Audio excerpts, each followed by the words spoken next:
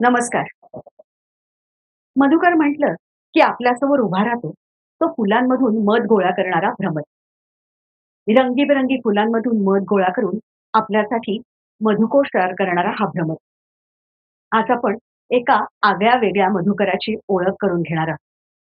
हा मधुकर फुलांमधील मध गोळा करतोच, पण फक्त आपल्याकडे न ठेवता आपल्या सहवासातील प्रत्येकाला हा मध वाटत राहतो आणि त्यांचं जीवन मधुर करतो. या मधुकराचं नाव आहे मधुकर नरहर ब्राह्मणकर.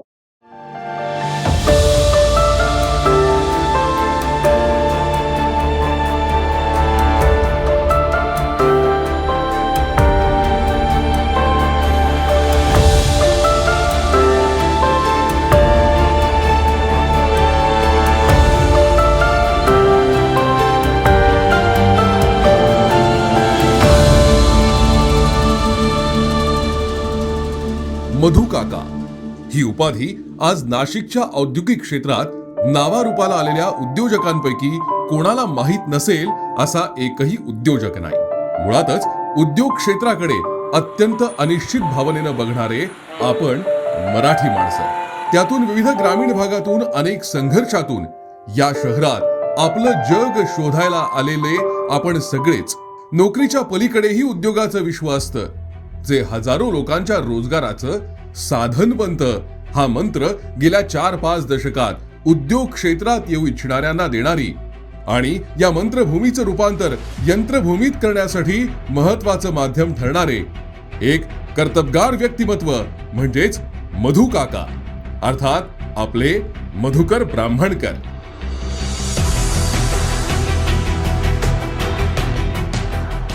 माझा जन्म तसा मी राहणार कळवणचा.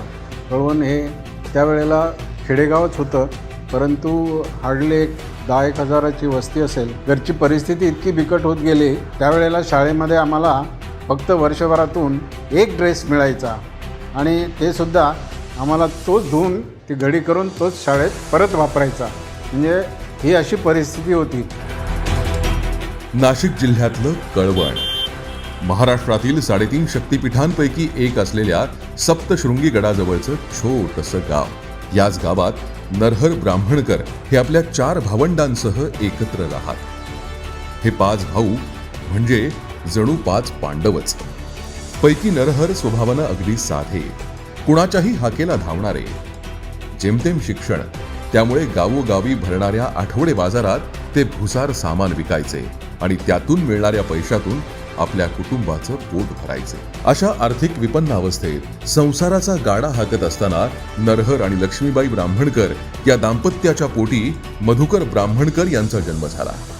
ती तारीख होती 3 मार्च 1947.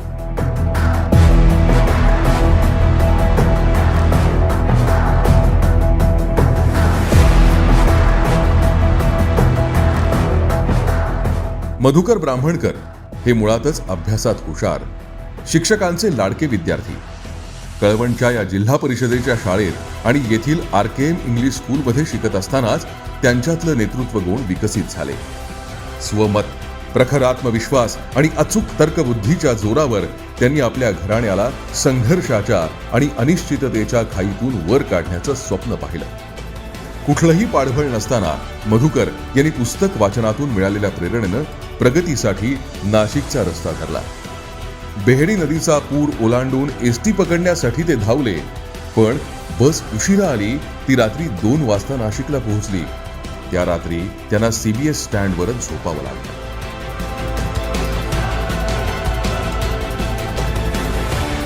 आपण कुठे राहू शकतो, कुठल्या स्टँडला पोहोचू शकतो आणि कशी प्रगती करू शकतो, हे आपण आपल्यातल्या उणीवा हे आपण आपल्या जाणून घेतल्या पाहिजेत, की आपण आपल्याला कसं सुधारलं पाहिजे किंवा शिक्षणाचं महत्त्व काय आहे हे बाहेरगावी गेल्यावर कळतं. नाशिकमधील डांग सेवा मंडळाच्या आदिवासी वसतिगृहात त्यांना प्रवेश मिळाला. वसतिगृहातल्या खडतर दिवसांमध्येही नाशिकमधील पेठे हायस्कूलमध्ये मधुकर जुनी मॅट्रिक परीक्षा उत्तीर्ण झाले. मग कळवणमध्ये पाहिलेल्या स्वप्नाची पावलं आपसूक पुण्याच्या दिशेनं वळली. विद्येचं माहेरघर मानल्या जाणाऱ्या पुण्यातील SP कॉलेज आणि वाडिया टेक्निकल कॉलेजमध्ये त्यांनी शिक्षण घेतलं. पुण्यातल्या सदाशिव पेठेतील पुणे अनाथ विद्यार्थीगृहात प्रवेश मिळाला. इथे 3 वर्ष, नंतर मागासवर्गीय मुलांच्या संत ज्ञानेश्वर शासकीय वसतिगृहात 1 वर्ष त्यांनी ज्ञानाचे धडे गिरवले. स्वप्नाच्या या वाटेवर मधुकर रावांना साथ होती ती केवळ खडतर आव्हानांची. पण ते डगमगले नाहीत. प्रतिकूल परिस्थितीला तोंड देत आणि प्रसंगी अपयश, नकार पचवत त्यांनी पुण्यात अभियांत्रिकीचं शिक्षण पूर्ण केलं. मात्र त्याच वेळी मनाशी खुणगाठ बांधली ती हयातीत सरकारी नोकरी न करण्याची. मी एक छोटंसं व्हिजिटिंग कार्ड तयार केलं होतं. त्याच्यावर ज्योती इंडस्ट्रियल सर्व्हिसेस म्हणून मी काही इन्स्ट्रुमेंट रिपेअरिंग म्हणा, टेम्परेचर कंट्रोलर रिपेअरिंग म्हणा, हीटर्स रिपेअरिंग म्हणा वगैरे असं एक जनरलाइज्ड त्यांच्याकडे जॉब बघायला सुरुवात केली आणि डायरेक्ट जाऊन इंडस्ट्रीमध्ये व्हिजिट करायची. इंडस्ट्रीमध्ये व्हिजिट केल्यानंतर त्यांना सांगायचं की अशा अशा जॉब मी रिपेअर करतो, अमुक करतो. शिक्षणानंतर मुंबईत Sanyo radio and electricals, Tata hydro electric, Tata press limited या कंपन्यांमध्ये विविध पदांवर त्यांनी योगदान दिलं. आर्थिक परिस्थिती थोडीशी, पण त्यातूनही आम्ही मार्ग काढत गेलो. परत ते पार्ट टाईम जॉब करायला लागले. त्या गोष्टीचा कधी असा वापर केला नाही किंवा कधी कुणापर्यंत तो विषय जाऊ पण दिला नाही की हे आपल्याला संघर्ष करूनच आपलं जीवन जगायचं आहे आणि मला त्यांना खंबीरपणे साथ द्यायची आहे हे मनाशी ठरवलेलंच होतं. शिक्षण आणि त्यानंतर नोकरीत स्थिर होत असतानाच 10 जून 1973ला त्यांचा विवाह पारोळ्याच्या मालती नावरकर यांच्याशी झाला. मी माहेरी लाडाकोडात वाढलेली. जरी वडील नव्हते तरी मोठा भाऊ होता. मोठ्या भावाने म्हणजे खूप पितृतुल्य समान भाऊ माझा. त्यावेळेला 1973 साली माझं लग्न होऊन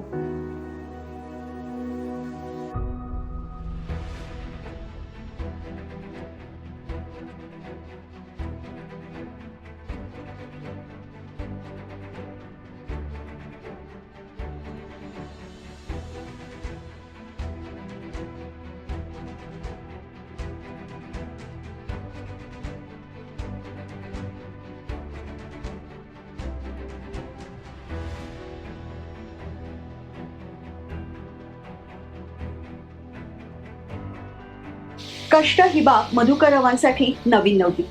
त्यांच्या यशाचा डोलारा त्यांनी केलेल्या कष्टावरती आणि परिश्रमाच्या पायावरती उभा. पण हा प्रवास तितकासा सुलभ नव्हता. स्वातंत्र्यानंतरच्या खडतर काळात कळवणसारख्या दुर्गम भागातून पुढे येऊन उद्योजक बघण्याचं त्यांनी स्वप्न बघितलं आणि स्वकष्टावर, स्वपरिश्रमावरती त्यांनी हे स्वप्न सत्यात उतरवलं. लग्नानंतर मुंबईत राहावं लागत असल्यानं पगार कमी पडे. त्यामुळे प्रसंगी मधुकर यांनी दुसऱ्या कंपनीत पार्ट टाइम कामही केलं.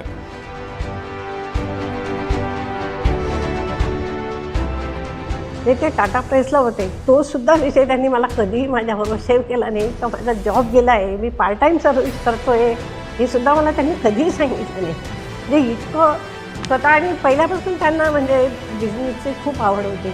ते सारखं म्हणायचे की मला बिझनेस आवडतो, मला बिझनेसच करायचा आहे आणि मला बिझनेस मी त्यांना म्हणायचे नेहमी, अहो तुम्ही जर नोकरी सोडली, आता सगळ्या कुटुंबाची जबाबदारी जर आपल्यावरती आहे तर तुम्ही बिझनेस कितपर्यंत चालेल की त्याची तू काळजी करू नको. मी पाट्यावरेल, तू पाट्या टाकायच्या. बस अगदी वाक्य त्यांचं असायचं. म्हटलं ठीक आहे, म्हटलं आता तुम्ही पाट्या भरा, मी पाट्या टाकेल म्हटलं. अशी मी त्यांना साथ दिली. ठीक आहे म्हटलं. तरी त्यांना ते काय तो माइंडच तो एक याचा होता, व्यवसाय करायचा, ते डोक्यात पक्क होता आधी आणि मला व्यवसाय पडायला. मधुकर यांनी 80च्या मावळत्या दशकात मोटर वाइंडिंगची कामं करून व्यवसायाचा श्रीगणेशा केला. 90च्या अवघवत्या दशकामध्ये अवघ्या दशकभराच्या कालावधीत त्यांनी Jyoti industrial services, Chetana engineering company, Chandrashekhar electricals, Harshad enterprises या कंपन्यांची स्थापना करत बालपणापासून बघितलेलं स्वप्न प्रत्यक्षात आणलं. तरी आपण काहीतरी थोडंसं पूजा करू. मला काय असतं की नाही, आधी देवाला मग आपण करायचं असं. मग मी त्यांना म्हणायचे काही ते थोडी. ते म्हणजे मी काय एवढा मोठा व्यवसाय नाही सुरू करत आहे, आपल्याला छोटा मोठा कर. पण ठीक आहे. पण त्या परमेश्वरालाही मान्य होतं की नाही, आम्हाला मोठा मुलगा झाला 19 साली आणि मग तिथून जरा थोडी सुरुवात झाली आमची. हा सगळा प्रवास चालू गेला. 2004 मध्ये भारत गॅस एजन्सीच्या माध्यमातून घरात लक्ष्मी आली. उद्योग व्यवसाय करत असतानाच त्यांचं कुटुंबही मोठं होत गेलं. या काळात पत्नी मालती यांनी कुटुंबाची जबाबदारी निष्ठेनं पार पाडली. खरंच म्हणजे आम्ही संघर्षमय जीवन तर जगतच होतो, पण माझा आनंदाचे क्षण पण खूपच आहेत माझ्या आयुष्यात. कारण नाही, ही फॅक्टरी सुरू करताना म्हणजे यांचं ध्येय यांची चिकाटी असल्यामुळे एक एक व्यवसाय असा पुढे पुढे नेत गेलो. म्हणजे मला नातू झाला आधी, त्यावेळेला मी अमेरिकेला गेली. मग मी शेखरला सांगितलं, अरे काय नोकरी करतोस तू, त्याच्यापेक्षा असं कर ना, नाशिकला ये तू. अरे तुझ्यासाठी एवढा प्लॅटफॉर्म तयार केलेला आहे तुझ्या बाबांनी, आणि आता कधी ते त्यांच्या खांद्यावरचं ओझं कधी घेणार आहेस तू, असं त्याला सांगून आली. मग शेखरने तेच वाक्य लक्षात ठेवलं आणि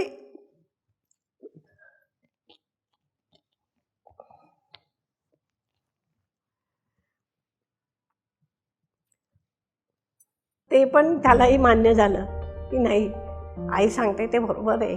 आज बाबांनी एवढं उभं केलेलं आहे, ते सांभाळायला पाहिजे, नाहीतर म्हणजे आपण पुढे कसे जाणार. आणि तसंच हर्षदसाठी सुद्धा, हर्षद थोडासा खोडकर होता, ते शिक्षणात खरं सांगायचं म्हणजे त्याला एवढा इंटरेस्ट वाटत नव्हता, पण तरी मी हर्षदला पदोपदी म्हणायचे, हर्षद असं चालणार नाही, तुला हे तू पास झाला पाहिजे, तू हे केलं पाहिजे, तिकडे असं सारखं मी त्याला हे करायची नाही, मी बोलतच आहे. म्हणजे त्यांना वेळही मिळायचा नाही. त्याच्यामुळे मग सगळं पोरांच्या शाळेत जाण्यापासून, पोरांच्या ॲडमिशनपासून, मुलींच्या शिक्षणापासून ही सगळी जबाबदारी माझ्यावरच होती. पण कळवणला असलेले मधुकरराव ब्राह्मणकर यांच्याशी माझा विवाह झाला. मोठा अनुभव गाठीशी बांधून नव्या उद्दिष्टांसह पुन्हा नाशिकमध्ये 80च्या दशका अखेरीस पुनरागमन केलं. इथे परफेक्ट सर्कल व्हिक्टर लिमिटेड कंपनीत नोकरीला सुरुवात केल्यानंतर उद्यमशीलता त्यांना स्वस्थ बसू देईना. टाटा प्रेसचा राजीनामा दिला आणि नाशिकला आलो. नाशिकला आल्यानंतरही परत रेसिडेन्सचा प्रॉब्लेम होता. 2 महिने मी आमच्या साडूभाऊंकडे राहिलो आणि त्यानंतर मग आपलं घर घेऊन आणि मी आमचा सगळा संसार नाशिकला शिफ्ट केला. याशिवाय उद्योग विस्ताराच्या निमित्तानं Switzerland, Germany, Thailand, London, Australia आदी देशांना भेटी दिल्या. मोटर रिवाइंडिंग ते सॅनिओ रेडिओ अँड इलेक्ट्रिकल इथपर्यंतचा प्रवास हा खडतर होता, पण त्याला आता यशाची पालवी फुटली. त्यांच्या यशाचा वारू जगभर दिमाखात दौडत आहे. त्यांच्या कंपनीत तयार झालेली दर्जेदार उत्पादने आता वेगवेगळ्या देशात म्हणजे जवळजवळ 15 देशात निर्यात केली जातात. नाशिकच्या औद्योगिक क्षेत्रात यशस्वी उद्योजक म्हणून मान्यता पावणारे ब्राह्मणकर कुटुंब, त्यांच्या यशामागे निश्चितच मधुकर ब्राह्मणकर यांच्या प्रयत्नांची पराकाष्ठा आहे.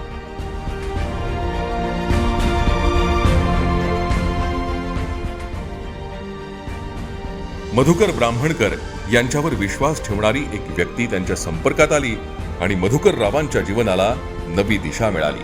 माझा आणि ब्राह्मणकरांचा परिचय 1979 सालापासून आहे. आम्ही सिमेंट्समध्ये होतो. तिथे आम्ही मॅन्युफॅक्चरिंग युनिट्स जेव्हा सुरू करायचं ठरवलं तेव्हा त्यांच्याकडे आम्ही आलो.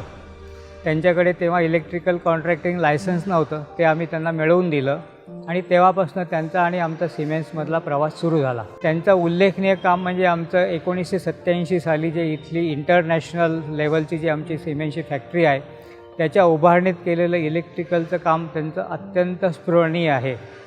त्यांचा आजचा सगळा एक्सपोर्टचा बिझनेस वगैरे बघून आम्हाला अतिशय आनंद होतो. एकेकाळी एसटीसाठी भाड्याचे पुरेसे पैसेही खिशात नसणाऱ्या मधुकर रावांची आज जगातील 15पेक्षा अधिक देशांमध्ये दर्जेदार इलेक्ट्रिकल उत्पादनांची निर्यात केली जाते. शून्यातून नवनिर्मिती करण्याचं स्वप्न त्यांनी पाहिलं आणि बघता बघता 15 देशात उद्योग विस्तार करून जगाच्या नकाशावर आपलं नाव कोरलं. 1998 मध्ये कैलास मानसरोवर यात्रा पूर्ण केली. तसंच 1989 मध्ये आपल्या आई वडिलांसोबत पशुपतीनाथ यात्रा पूर्ण केली. अमरनाथ यात्राही केली. लायन्स क्लब ऑफ नाशिकचं 1994-95 या कार्यकाळात भूषवलेलं अध्यक्षपद, तसंच जून 2021 मध्ये सुरू केलेल्या दिव्य चेतना फाउंडेशनच्या माध्यमातून ते अनेक आपत्तीग्रस्त कुटुंबांचा आधारवड बनलेत. मधुअण्णा मधुकर ब्राह्मणकर एक शांत, एक सोज्वळ आणि तेवढंच ज्याला समाजाबद्दलची प्रचंड आस्था जाण असणारं व्यक्तिमत्व. या समाजाचं आपल्याला देणं आहे याची जाणीव ठेवून अवघे वय 75 राहते त्यांचा जो हुरूप आणि उत्साह, आपल्या सगळ्यांना कल्पना की कोरोनामुळे जे काही परिस्थिती उद्भवली होती पूर्ण जगभर उद्भवली होती, पण त्यांच्यातला माणूस त्यावेळेस मधुकरराव माझ्या जवळजवळ 3 महिने मागे लागले होते. हेमंत भाऊ, हे मुलांना ज्यांचे आईबाबा जात आहेत, आपण काहीतरी केलं पाहिजे, आपण काहीतरी केलं पाहिजे. मला सांगायला आनंद होतो त्यांच्या प्रेरणेतनं आणि त्यांच्या नेतृत्वाखाली आम्ही दिव्य चेतना सोशल फाउंडेशन या नावाने एक सेक्शन 8 खाली कंपनी स्थापन केली आणि नाशिक जिल्ह्यातल्या 110 मुलांचं पालकत्व, नॉट ओन्ली फायनान्शियल, पैसा तर काय होते समाजात खूप लोक देणारे आहेत, परंतु त्यांना मेंटॉरिंग करणं, त्यांचं स्किल डेव्हलपमेंट करणं, त्यांच्या फॅमिलीची काळजी घेणं, असं चौफेर काम मधुकररावांच्या नेतृत्वाखाली करण्याची संधी मला मिळाली. आणि उत्साह त्यांचा मला वाटतं की 45-50 वर्षाच्या तरुणालाही लाजवेल या कामात. कुठे व्हिजिट असेल, जायचं असेल, मी करतो, मी जातो, हे गुण आम्हाला त्यांच्याकडनं पण मिळो. आम्ही ते घेण्याचा प्रयत्न करतो आहे, पण त्यांच्या एवढी उंची नक्कीच गाठता येणार नाही ही खात्री आहे.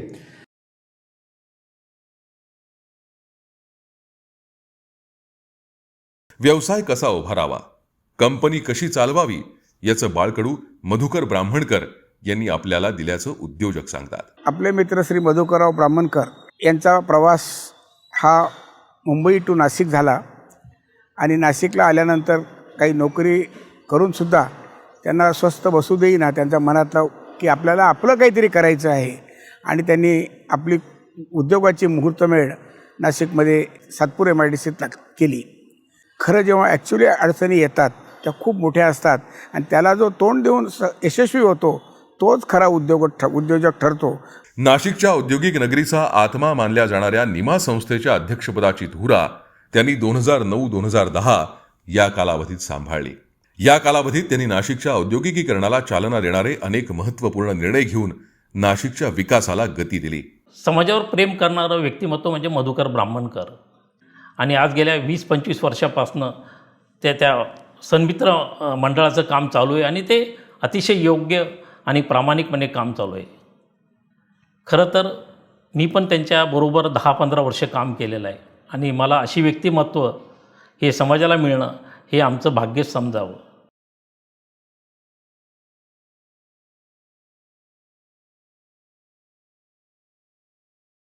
एरवी उद्योग व्यवसायात व्यस्त असणारे मधुकर ब्राह्मणकर यांचं सामाजिक कार्य वाखाणण्याजोगं आहे.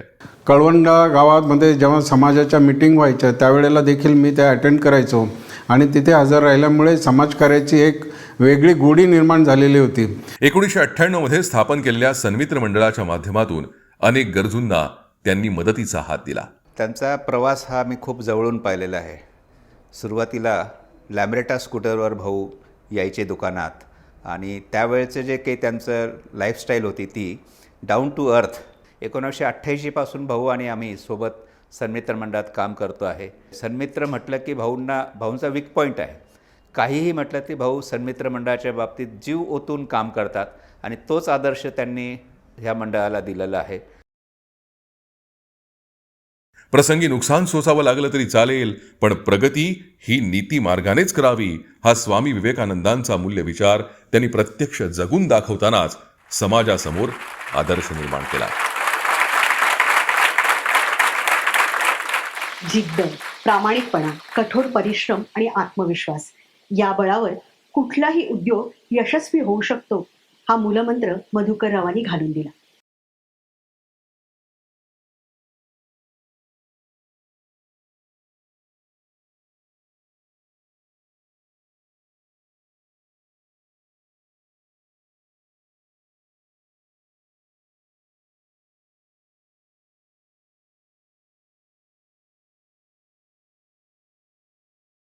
आपला उद्योग यशाच्या शिखरावर पोहोचवत असताना त्यांनी अनेक उद्योजक घडवले.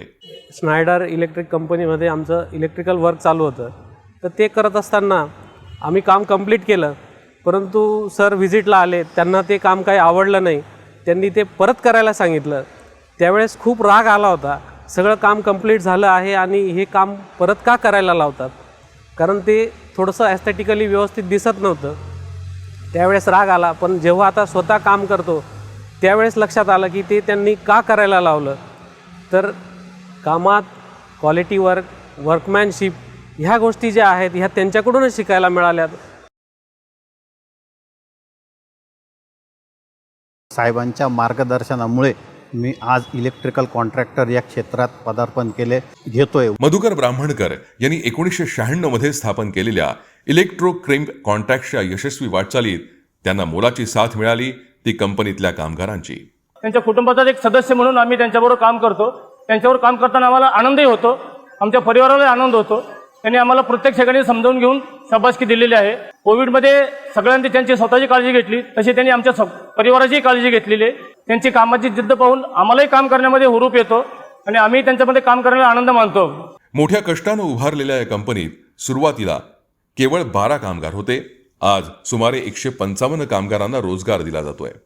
कंपनीच्या उभारणीपासून मदतीला धावून जाणारे ब्राह्मणकर साहेब आपलं दैवत असल्याची भावना कामगार व्यक्त करतात. गेल्या 32 वर्षापासून या कंपनीत काम करतो आहे. सुरुवातीला आलो तेव्हा मी क्लार्क म्हणून झालो. नंतर माझी आता हळूहळू पोच वाढली कामाप्रमाणे. मी आता परचेस मॅनेजर आहे. आज ते माझे गुरु आहेत. मी आज माझं घरसुद्धा त्यांच्यामुळे झालं आहे. माझ्या मुलांचं शिक्षण त्यांच्यामुळे झाले. मधुकर ब्राह्मणकर यांनी आपल्या भावंडांना स्वतंत्र व्यवसाय उभारून दिले. विशेष म्हणजे आजही सर्व भावंड गुण्या गोविंदानं राहतात. हे विशेष भाऊमुळेच आपल्याला पुनर्जन्म मिळाला असं त्यांचे बंधू सांगतात. म्हणून मग आम्ही सातपूरला इंडस्ट्रियल एरियामध्ये आमचं एक छोटंसं युनिट भाड्याने घेऊन सुरू केलं. भाऊंनी पण नोकरी सोडली. भाऊ मला जॉईन झाले आणि मग हा फापट पसार आमचा वाढतच गेला. मग लहान भावालाही आम्ही नाशिकला बोलवून घेतलं.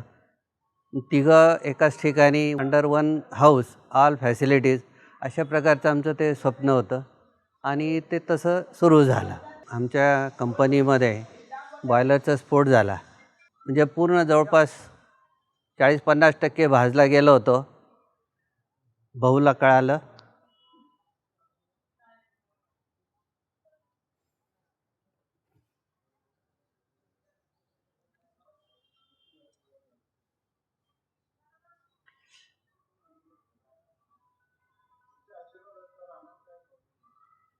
भाऊ लगेच आला ताबडतोब.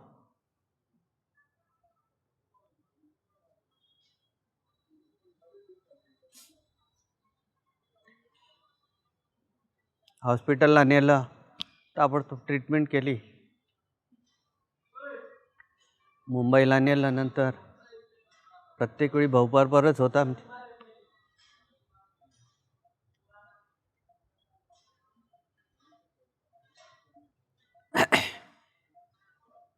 आणि त्या मोठ्या आजारातून भाऊच्या कृपेनेच मी बरा झालो आहे आणि आज हे जवळजवळ पुनर्जन्म झाल्यासारखंच आहे. म्हणजे भाऊचे हे मोठे उपकार आमच्यावर आहेतच, परंतु प्रत्येक वेळी मार्गदर्शन, कुठल्याही काही अडचणी आल्या तरी आम्ही भाऊंनाच विचारतो. त्यांच्या मार्गदर्शनाखालीच आमचं हे सगळं जीवनप्रवाह चालू आहे. मधुकर ब्राह्मणकर दीपस्तंभासारखे परिवारासोबत उभे राहिले. मधुभाऊ म्हणजे आमच्यासाठी एक दैवत आहे. देवाचे कधी आभार मानायचे नसतात, देवाच्या कायम ऋणात राहायचं असतं. तसंच भाऊ आमच्यासाठी एक देवच आहे. आम्ही दोघांनी डॉक्टर व्हावं, इंजिनियर व्हावं हीच भाऊची इच्छा होती आणि त्यासाठी भाऊने खूप कष्ट पण घेतले. म्हणजे भाऊने आम्हाला त्यावेळेला घरचं कुठलंही काम सांगितलं नाही, यासाठी की आम्ही आमचा जास्तीत जास्त वेळ अभ्यासासाठी द्यावा. तर भाऊ सर्व्हिसहून घरी आल्यानंतर 11वी-12वीचा आमचा अभ्याससुद्धा भाऊ घरी घेत होता. कुठेच भाऊने आम्हाला प्रेमाचं अंतर पडू दिलं नाही आणि आमच्या पाठीवर कायम शाबासकी आणि आमच्या पाठीवरचा आधार कायम भाऊने ठेवला. उलट आमच्या हातून अनेक चुका झाल्या असतील, अनेक अपराध झाले असतील, भाऊने ते सगळे पोटात घालून आम्हाला कायम आमच्यावरची माया आणि प्रेम अखंड ठेवलेलं आहे. अर्थात ह्या सगळ्या गोष्टीसाठी आमच्या वहिनींचाही तेवढाच त्यामध्ये मोलाचा वाटा आहे. मधुकर रावांनी उद्योगाचा विस्तार करतानाच अनेकांना जीवनात उभं केलंय. शिवाय मोठा मित्र परिवार सुद्धा जपलाय. मुंबईला मालाडला आम्ही रूम पार्टनर राहत होतो. भाऊचा पिंड हा व्यावसायिक पिंड असल्यामुळे नोकरीपेक्षा व्यवसाय काहीतरी करावा आणि पुढे जावं हा त्यांचा पहिल्यापासून स्वभावाचा पिंडच होता. त्यामुळे ते आमच्याशी नेहमी हात चर्चा व्हायची. आज रेशन दुकान तरी चालवायला घ्यावं, काहीतरी उद्योग करावा, असे भाऊंच्या डोक्यामध्ये सारखे विचार असायचे. त्यांचं आमचं नेहमी या विषयावर चर्चा होत असायची. मधुकर हे वेळोवेळी पित्याच्या भूमिकेतून खंबीरपणे उभे राहिले. भाऊने सर्व शून्यातून जग निर्माण केलेले आहे. भाऊने नाशिकला आल्यानंतर त्यांना नाशिकला आणले, सर्व तीर्थयात्रा वगैरे केल्या. लहान भावांना भरपूर शिक्षण दिलं, त्यांना उद्योगाला लावलं. आमच्या सगळ्या भाऊ बहिणींसाठी भाऊने भरपूर आम्हाला सगळ्यांना साथ दिली. आम्ही नाशिकला येण्यासाठी सुद्धा भाऊचाच मोठा हातभार आहे. भाऊ मधुकर आणि वहिनी मालती यांनी नेहमीच आई वडिलांची माया दिली. मधुभाऊंचा रूढार्थाने चुलत भाऊ, पण ते नातं कधीच आम्हाला चुलतसारखं वाटलं नाही. आम्ही नेहमी एकमेकाला सख्खे भाऊ समजू लागलो. भाऊचं माझ्या जीवनातलं सगळ्यात महत्त्वाचं स्थान म्हणजे एक गॉडफादर. मी लहान असताना जेव्हा भाऊ मुंबईहून येत होता कळवणला असताना, त्याला तो अगदी आम्हाला देवासारखा वाटायचा. त्यानंतर काही वर्षांनी माझे वडील वाढले आणि आमचं सगळं पालकत्व भाऊने सांभाळलं. त्या अर्थाने तो खरा आमचा फादर झाला. म्हणजे खरं तर तो गॉडफादरच आहे. त्यानंतर मी 10वी पास झालो. त्यानंतर समस्या उभी राहिली, पुढे काय? तर कुठल्याच समस्येचं एकच उत्तर होतं, ते म्हणजे भाऊ. आमचे सगळे नातेवाईक सांगायला लागले की तुझा भाऊला जाऊन भेट. त्याप्रमाणे भाऊला येऊन मी भेटलो. भाऊने तात्काळ माझी पुण्यात व्यवस्था केली. पुण्यात मी शिकलो, सवरलो, त्यानंतर स्थिर स्थावर झालो. पण प्रत्येक क्षणाला भाऊ माझ्या पाठीशी उभा होता की गॉडफादर नेव्हर डाईज, आणि ही मधुमालतीची फुलं ब्राह्मणकरांच्या बगीचात कायम फुललेली राहो हीच सदिच्छा.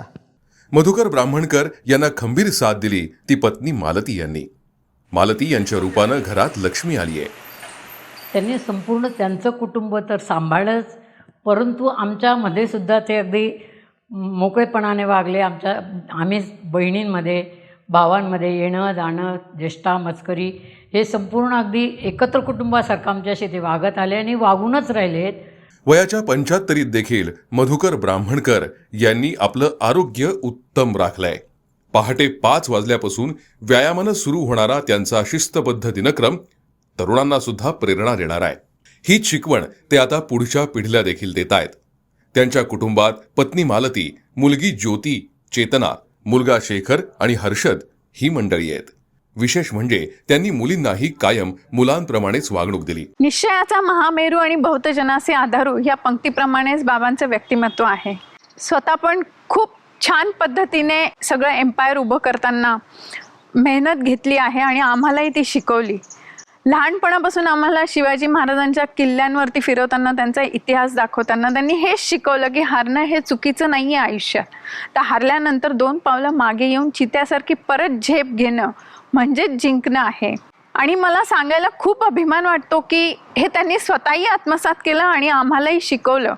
आणि आज म्हणूनच आम्ही आमच्या क्षेत्रात चौघही भाऊ बहीण पाय रोवून उभे आहोत. त्यांनी आम्हाला जगातल्या मॉडर्न पद्धतीचा फॅशन सेन्स सुद्धा त्यांनी आम्हाला शिकवला. आणि म्हणूनच मला ह्या दिवसाच्या खूप खूप शुभेच्छा द्यायच्या आहेत बाबा, आई, तुम्हाला दोघांना पण. शिस्तप्रिय, धीट आणि तितकेच प्रेमळ असणाऱ्या मधुकर रावांनी मुलींना सुसंस्कार दिलेत. बाबा, तुम्ही आमच्यावर अतोनात प्रेम केलं, पण तुमचं प्रेम कधी आंधळं नव्हतं. म्हणूनच मागे वळून बघितलं तर जाणवतं की आमचं बालपण किती समृद्ध होतं. धैर्य, आत्मविश्वास आणि स्वाभिमानाचं तुम्ही आम्हाला बाळकडूच पाजलंय. मला अजूनही आठवते की आर्किटेक्चरच्या 3ऱ्या वर्षात मी सहलीला गेली नाही तर तुम्ही मला रागवलं की ह्या आठवणी आणि हे दिवस तुला नंतर पैसे देऊन सुद्धा घेता येणार नाहीत. बाबा, तुमच्यासोबतच्या बालपणाच्या कितीतरी आठवणी अजूनही मनात ताज्या आहेत. समृद्ध बालपणात आईच्या मायेची उब आणि संस्कारांची जोडही होतीच. त्याचबरोबर आईबाबा, तुम्ही आमच्या मनावर नकळत बिंबवलेली त्यागाची भावना मनात खोल रुतलेली आहे. बाबा, आज तुमच्याविषयी बोलताना अजून कितीतरी आठवणी उफाळून येत आहेत आणि प्रकर्षाने जाणवतंय की मी किती भाग्यशाली आहे. ना देवाकडे एकच साकडं घालते की पुन्हा मनुष्य जन्मात आली तर ह्याच आईबाबांच्या पोटी जन्म दे. सगळे सोयरे, आप्तेष्ट यांच्यातला बंधुभाव त्यांनी जपलाय. अण्णासाहेब यांना सप्रेम नमस्कार. आपली 75वी साजरी होते. खूप आनंद वाटत आहे. आपण केलेल्या सामाजिक आणि सार्वजनिक कामाची नोंद समाजाने घेतलेलीच आहे. त्याचप्रमाणे आपली आर्थिक प्रगती खूप स्मरणीय आहे. आपणास परमेश्वर उदंड आयुष्य देव. बाबा, तुम्हाला 75व्या वाढदिवसाच्या खूप खूप हार्दिक शुभेच्छा. बाबा, तुमची हार्डवर्क व्यवसायातील सफलता, सामाजिक कार्य अशा खूप गोष्टी आम्हाला प्रेरणा देत असतात.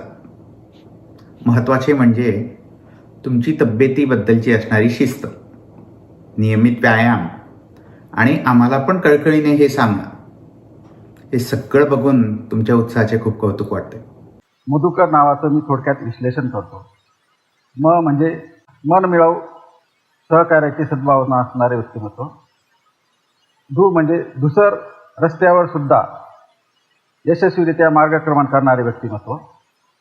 म्हणजे करकमल, दोन्ही हातांनी दोन्ही करकमलांनी भरभरून सहकार्य करणारे असे व्यक्तिमत्व. म्हणजे रसिकता, कुठल्याही कठोर प्रसंगी कठोर विषय सहजरित्या हाताळण्याची रसिकता असलेले असे कणखर, खंबीर आणि हजरजबाबी नेतृत्व म्हणजे मधुभाऊ ब्राह्मणकर. ब्राह्मणकर यांनी त्यांच्या आयुष्यात कुटुंबातील प्रत्येक व्यक्तीवर जीवापाड प्रेम केलं. आपली मुलं, नातवंड यांच्याबरोबरच घरात आलेल्या सुनांनाही मुलींप्रमाणे जपलंय. खरं तर म्हणायला मी या घरची सून आहे, पण मी या घरची मुलगी कधी झाले ते मला कळलेही नाही. आणि अमेरिकेला गेल्यावर थोड्याच दिवसात मला एक दिवस बाबांचा फोन आलेला. ते मला म्हणाले, तू तिथे राहून मास्टर्स डिग्रीसाठी शिक्षण का नाही घेत? ते म्हणालेच नाही, ते चक्क रागवले होते माझ्यावर. आणि मला सुरुवातीला संभ्रम पडला की हे अचानक असं का. पण त्यानंतर लक्षात आले की त्यांचे ते प्रोत्साहन होते, त्यांची सांगायची पद्धत थोडी कडक होती. त्याच्यामुळेच मी इथे आल्यानंतर परत MBA करण्याची तयारी केली आणि एंट्रन्स देऊन फुल टाईम MBAचा 2 वर्षाचा कोर्सही पूर्ण केला आणि तेही डिस्टिंक्शनने. तर याच्यासाठी बाबांचे नाही, घरातही सर्वांचेच मला खूप सपोर्ट मिळाला. मन त्यांचं अगदी सगळ्यांची काळजी करणारं आहे. हे नुसतं माझाच प्रसंग नाही, घरात मुलंही आजारी पडले तरी 4 वेळेस विचारतात, त्याला आत्ता कसं आहे, डॉक्टरकडे नेलं का, औषधं दिलीत का, त्याला बरं वाटतंय का. आई आणि बाबा हे या घरासाठी आम्हाला खूप मोठा आधार आहे. बाबा आज जे आहे ते आईंमुळे आणि आई जे आहेत ते बाबांमुळे. त्यांची जोडी ही जशी परमेश्वरानेच बनवून ठेवली होती. आमच्या बाबांनी मला नेहमीच खूप प्रोत्साहन दिलेलं आहे. मी कुठल्याही गोष्टीच्या बाबतीत किंवा कुठल्याही प्रसंगाला कसं मी खंबीर उभी राहिली पाहिजे, मी कशी कणखर राहिली पाहिजे, हे खूप बाबांकडनं मला शिकायला मिळालं. मी बाबांनी नेहमीच मला मुलीसारखंच प्रेम दिलं. आज जे मी काही स्वतंत्र किंवा इंडिपेंडंट म्हणता येईल जी आहे, त्याचं सगळं श्रेय हे बाबांनाच असेल. या प्रवासात नातवंडही मागे नाहीयेत. त्यांच्याशी गप्पा गोष्टी करणं, खेळ खेळणं, बागडणं याबरोबरच त्यांना जीवनात खंबीर बनवण्याचा मूलमंत्र देण्यातही ते मागे राहिले नाहीत. हॅलो बाबा, तुम्हाला 75th बर्थडेच्या हार्दिक हार्दिक शुभेच्छा. मी तुम्हाला दरवर्षी जसं म्हणतो, आज तुम्ही 75 इयर ओल्ड यंग मॅन आहात, कारण आजही तुम्ही तेवढेच यंग आणि तेवढेच डॅशिंग आहात. पण मग मम्माने मला जेव्हा तुमच्याबद्दल सांगितलं, तुमच्या स्ट्रगलबद्दल सांगितलं, मग माझ्या लक्षात आलं की तुमच्याकडनंच तुमची गोष्ट ऐकणं आत्मकथा वाचण्यासारखंच होईल. माझी आजी मला माझ्या लहानपणीच्या बाबांच्या एवढ्या आठवणी सांगते की मी लहान असताना चक्कर मारायला न्यायचे बाबा मला रोज. एकदा मी गाडीतनं पडून गेलो, मग त्यांची ती काळजी सांगते मला आजी. माझ्या फॅमिलीमध्ये मी एकच मुलगी आहे. माझे बाकी सगळे जे आहेत ते भाऊ आहेत. त्यामुळे नाती आहे म्हणून त्यांनी असं कधी वेगळं रिलेशन असं ठेवलं नाही. मला अगदी सेम ट्रीटमेंट दिली त्यांच्यासारखी. नेहमी त्यांना शिकायची खूप इच्छा असते की मी अजूनही काहीतरी करू शकतो, मी अजूनही काहीतरी करू शकतो. आणि तेच गुण त्यांनी आम्हाला सगळ्या आमच्या नातवांमध्ये पास ऑन केलेलं आहे. त्यांना असं कधी नसतं की बाबा ही लहान आहे, हिला काही कळणार नाही, किंवा हे मी किती इरिटेटिंग अनोईंग किती पण प्रश्न त्यांना विचारले की मग हे मशीन असं का करतं, मग हे असंच का असतं, तरी ते कधी असं हे नाही हिडकाळत नाही मला की तुला नाही समजणार, तुला कशाला माहिती करून घ्यायची. ते मला शांतपणे बसून समजवतील की याचं काय प्रोसेस असते, याच्या मागची. मला कळो ना कळो ते समजवणार. आणि मला घेऊन गेले पांडवलेनीला. एक क्षण आला जिथे मी पडली होती खाली आणि त्यांनी मला सांगितलं की मी तुला हात नाही देणार, पण तू तुझी उभी राहून मला दाखव. कंपनीतून घरी आल्यावर नातवंडांशी संवाद साधून त्यांना जगण्याची नवी उमेद ते देतात. हॅपी बर्थडे बाबा, I love you. Happy birthday बाबा, आय लव्ह यू बाबा. मी बाबांचा सगळ्यात लाडका मुलगा आहे. तू नाही आहे. मी आहे. मी आहे. तू शाळा आहे ना? नाही. तू नाही आहे? नाही. मग मी आहे. हो. एक मिनिट, दोघांवर करतात का प्रेम? हो. हो. ओके. आज खरं तर बाबांचा वाढदिवस आहे. आपण त्यांचा नवीन केक कापू.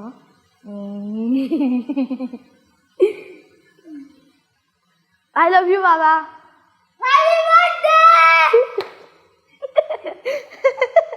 Happy birthday, Baba. I really enjoyed doing exercises with you and going to the top of Pandolana. हाय बाबा. आणि जेव्हा मी 7th ग्रेडमध्ये 1 year स्पेंड करायला आलो होतो इंडियात, तेव्हा तुम्ही मला ऑलमोस्ट रोज निवेकला न्यायचे आणि मला जिम मेंबरशिप पण घेऊन दिली होती. हे मोमेंट्स मी माझ्या लाईफ टाईमसाठी चेरिश करेल बाबा. हर्षद ब्राह्मणकर हे सुरुवातीपासूनच वडिलांसोबत काम करतात. कंपनीचं अर्थकारण आणि उत्पादनांच्या मार्केटिंगची धुरा ते सक्षमपणे सांभाळतायत. बाबा म्हणजे एक जिंदा दिल इन्सान आहेत. ते म्हणजे एक असं व्यक्तिमत्व आहे की ते पाणी आहेत, ज्या रंगात टाकाल त्या रंगाचा कलर घेतील. ते तुम्ही लहान वयाच्या मुलांबरोबर त्यांना खेळायला लावाल, अत्यंत आनंदाने खेळतील. त्यांना टेनिस खेळायला लावाल मित्रांबरोबर, अत्यंत आनंदाने खेळतील. आमच्यासारख्यांबरोबर पत्ते खेळायला लावलेत तरी त्याच उत्साहाने त्याच स्फूर्तीने खेळायला तयार असतात. ते अशा ह्या व्यक्तिमत्वाने अनेक उद्योजक घडवलेले आहेत आणि सुरुवात ही घरातनं झालेली आहे. आमच्यासारख्या मुलांना त्यांनी एवढ्या चांगल्या पद्धतीने ग्रूमअप केलेलं आहे की ज्याच्याने आज आम्ही एक खडतर प्रवास करायला सक्षम झालेलो आहोत. आणि तो खडतर प्रवास आम्ही करू आणि त्यांच्या नावालाही कुठे धक्का पोचू देणार नाही, हे आम्ही आश्वासन दोघंही बंधू आज करतो त्यांना. आणि ह्या निमित्ताने आज त्यांच्या 75च्या निमित्ताने आज जो काही त्यांना अनुभव आजपर्यंत त्यांना मिळालेले आहेत, त्यांनी दुसऱ्यांना त्यांच्या आयुष्यातनं जे अनुभव दिलेले आहेत ते इतके उत्कृष्ट आहेत किंवा ते इतके सुंदर आहेत की ते बोलायला म्हटलं तर अनेक दिवस रात्र कमी पडतील. पण तरीसुद्धा असे खूप खूप सुंदर प्रसंग आहेत की जे बोलू शकतो आम्ही. फक्त एकच आज त्यांना आश्वासन देईल की बाबा, तुम्ही आजपर्यंत जी शिकवण आम्हाला दिलेली आहे ती सर्व प्रकाराने आम्ही चांगल्या पद्धतीने राबवू आणि उत्कृष्ट बिझनेसमन बनू, हे प्रॉमिस तुम्हाला बाबा. Happy birthday. वडिलांच्या जीवन संघर्षाची लढाई मुलं शेखर आणि हर्षद पाहत होते. या व्यवसायात त्यांनीही भक्कमपणे साथ देत व्यवसायाला गती दिलीये. आई शब्द उच्चारला की आपल्या डोळ्यासमोर प्रेम, जिव्हाळा येतो आणि बाबा शब्द म्हटला की आपल्यासमोर धैर्य, सामर्थ्य येतं. तसं म्हटलं तर बाबांचे 2 वा खूप आवडीचे, वाचन आणि व्यायाम. ते नित्यनियमाने दोन्ही गोष्टी करतात आणि दुसऱ्यांनाही करण्यास भाग पाडतात. इंजिनिअरिंग झाल्यानंतर जॉबसाठी मला मुंबईला धाडलं, ना की स्वतःच्या कंपनीमध्ये मला सामावून घेतलं. पण त्यांचं उद्दिष्ट क्लिअर होतं आणि ते आम्हाला आज समजतं की तुम्ही आधी पहिले दुसऱ्याच्या हाताखाली काम करा, तरच तुम्हाला परिस्थितीची खरी जाणीव होईल. बिझनेसमधील टेक्निकल बाजू स्ट्रॉंग करण्याकरता मी अमेरिकेला गेलो. भावाने बिझनेस जॉईन केला, त्यामुळे मला आणखी काही वर्ष तिथे राहता आलं आणि तेथील मल्टीनॅशनल कंपनींमध्ये कामाचा एक्सपिरियन्स, अनुभव पाठीशी घेता आला. की बाबांचं जे बिझनेसचं ग्लोबल विजन होतं ते खरोखर मला आज लक्षात येतं आहे. ह्या बाबांच्या वाटचालीमध्ये आईचा हा वाटा खूप मोलाचा आहे. बाबांची जी कार्यक्षमता आहे ही कधीही कमी न होणारी आहे. बाबांनी ह्या परिवाराला, ब्राह्मणकर कुटुंबाला, खानदानाला एकत्रित आणून ठेवलं, सगळ्यांची प्रगती केली. एकत्र कुटुंब पद्धतीत मिळणारा आनंद जगावेगळा असतो, हे मधुकर ब्राह्मणकर यांनी दाखवून दिलंय. म्हणूनच ब्राह्मणकर कुटुंब जीवनाच्या प्रत्येक क्षणाचा आनंद एकत्रितपणे घेतायत. एकत्र कुटुंब पद्धती लोप पावत चालली असली तरी ब्राह्मणकर कुटुंब मात्र याला अपवाद ठरलंय. एकत्र कुटुंब पद्धतीसाठीचा सन्मानही त्यांना मिळालाय. अशा स्वकर्तृत्वानं उद्योग क्षेत्रात स्वतःची वेगळी ओळख निर्माण करणाऱ्या मधुकर ब्राह्मणकर यांना अमृत महोत्सवाच्या लाख लाख शुभेच्छा.